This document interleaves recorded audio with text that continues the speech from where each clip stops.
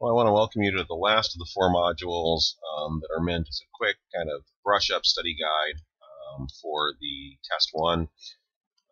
If you've been listening to all of these, you know what's coming next.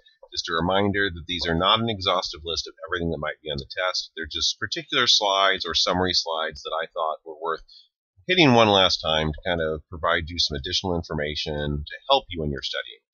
Again, the test itself is being drawn from the entirety of the lectures, from the textbook readings that support those lectures, and that the study guide that's posted on Blackboard is your best source to go to determine exactly what's going to be on the test.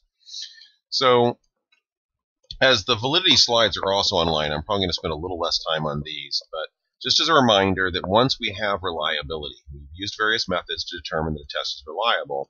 The next thing we want to do is validity. And validity is the estimate or judgment of how well a test measures what it purports to measure. So now we're asking the question, not are we reliably measuring something that's stable, are we actually measuring what we think we're measuring? And validation refers to an entire process of gathering and evaluating the evidence about validity. And there is no one method here. We usually use an entire set of both methodological, logical arguments and also statistical techniques. So, construct validity is, are we actually measuring the construct that we're actually interested in? Are we actually getting at the construct that we want? A couple of things to think about broadly in construct validity is we are worried about construct underrepresentation. So that's when we don't have enough items to actually measure the construct in its totality. So if we're claiming that we're measuring extroversion with a single question, you like to go out to parties. Well, extroversion isn't just about going out to parties. Someone might dislike parties, but is still very extroverted. So that would be underrepresentation. We're also worried about construct irrelevant. Are we asking questions that are irrelevant to the construct? So for instance, if I ask, do you like the color blue? Probably irrelevant to extroversion or introversion. We can also talk about face validity, which is a judgment call. Basically, do the items have the appearance that a test measures its intended construct or target? And also we can talk about content validity, which is basically simply, is there enough? It's kind of similar to construct underrepresentation and irrelevance, but underrepresentation refers to the fact we don't have enough items. Irrelevance is the items we have aren't actually measuring the construct we're after. Content validity is a little bit more of, do we have just right? Do we have enough items that we're capturing all of the aspects of the construct that we're actually interested in? We also have a whole set of statistical methods, which is criterion-related validity. So construct validity, face validity, and content validity, though there is some methodological ways we can basically poll experts to ask them their opinions, for the most part it's a judgment call or a series of well-reasoned determinations. Criterion-related validity is we're now actually, again, turning to our friend the correlation to compare our test to other tests. So again, our test has to be something that's continuous data, either responded to intervally or ratio, so you have a final score that's interval or ratio, and that we can then compare to some other interval or ratio data. There's three broad types of criterion-related validity, though I have a fourth listed here, discriminant validity. Though discriminant validity is kind of reversed. It's basically making the argument that we have validity based on a criterion that is not related to our construct. So the first three are all about actually, is our construct related to similar constructs? And the difference here is they're all correlations. It's just how we do them. So a predictive validity, criterion-related validity, means that we take our measure, we give it to a bunch of people, and then we wait for what we would be planning to predict. So if we had created, for example, a measure that's meant to find out if you'd be a good employee, we would give it to 30 people, we'd hire them, and then we'd wait for 6 months to find out, were they good employees or not? Once we have their employment performance data, we'd run a correlation between our predictor test and their correlation test. And if we found a strong relationship, that would be an argument that we are indeed measuring what we thought we were measuring. When you take a predictive test to get into college or grad school, like the ACT, the SAT, the GRE, these are again validated with predictive validity studies.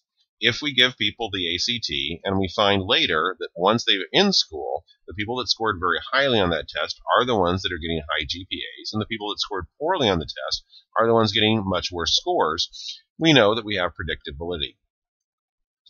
Concurrent validity is that we give our test to a similar test with the same measure at the same time. So in this case, we're basically comparing our score, our measure of extroversion, to an existing measure of extroversion. And usually it'll be the same methodology, so self-report to self-report. So there's no time gap here, and you need two tests, your test and a test that's similar. And this, in fact, is the way we're going to validate the measures that you're designing in this class, with a concurrent validity study.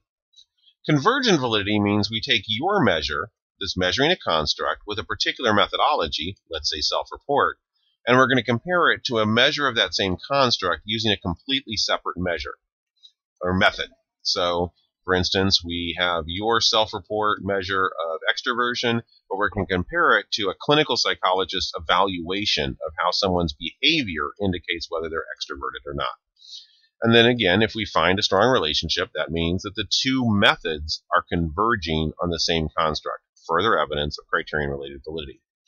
Discriminative validity just means, again, we're not waiting in time. We're giving people our new test, our test of a construct, but we're also giving them a separate test of a completely unrelated construct or a construct that it should only be mildly related to. And again, we're looking to see if it shouldn't be related at all, do we find a very small correlation? If it should only be related mildly, do we find a mild correlation? The more we find these evidence and the more we use, ideally, we'd want to use all of them. We'd want to do a predictive validity study, a concurrent validity study, a convergent validity study, and a discriminant validity study. And as all of these show patterns that indicate that it looks like we're measuring the right construct, we have a stronger and stronger argument that we actually have validity. We talked about the multi-trait, multi-method matrix, and again, the idea behind this is to combine all these concepts to basically do a concurrent and convergent validity study and a little bit of discriminant validity study at the same time. We're basically giving participants a series of tests.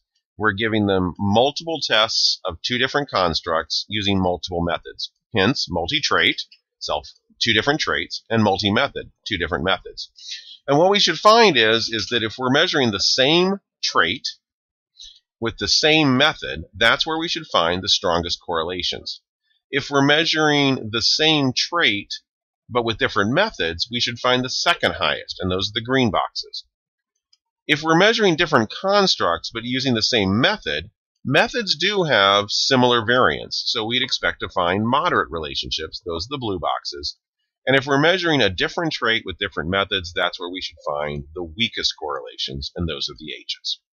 So this would be, in fact, a very good example that when you see this pattern of your red boxes being your highest, your next highest being the green boxes, the next highest being the blue boxes, and the final lowest being the H boxes, that's a strong argument for construct validity.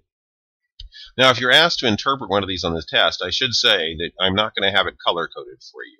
So you kind of have to get an idea of how where these diagonals are and how to actually apply this theory to looking at a multi-trait, multi-method matrix. We also talked about briefly the reliability-validity relationship and an unreliability of test adjustment. This is again something that we'll often do. And what it shows us is it's a way to calculate how strong our validity relationship would be if we had perfect reliability. And we do this to kind of determine, do we want to go back to try to make our test more reliable? So notice that when we were talking about reliability, I talked about the fact that 0.7 or higher is generally considered to be fairly strong. But 0.9 or higher is usually considered to be something we want for if we're making clinical decisions. Well, this kind of an adjustment is one of the things that lets us know that. The higher that reliability, the more we can trust the actual validity relationships, the predictive relationships. So we don't want an unreliable GRE if we're going to be making decisions on whether people get into grad school or not. So the equation here is fairly straightforward. We take the reliability of the test, so the reliability that we got when we were actually testing for reliability of our test. We put that in the bottom of the equation where we're going to take the square root, and we put the uncorrected validity coefficient from whatever validity study we did, whether that was a concurrent validity study, a convergent validity study, or even a predictive validity study. Once we run the math, what we're going to get is an adjusted R based on what the correlation would be for our validity study. So, for example, predictive validity, how much does GRE predict GPA? If our measure actually had perfect reliability.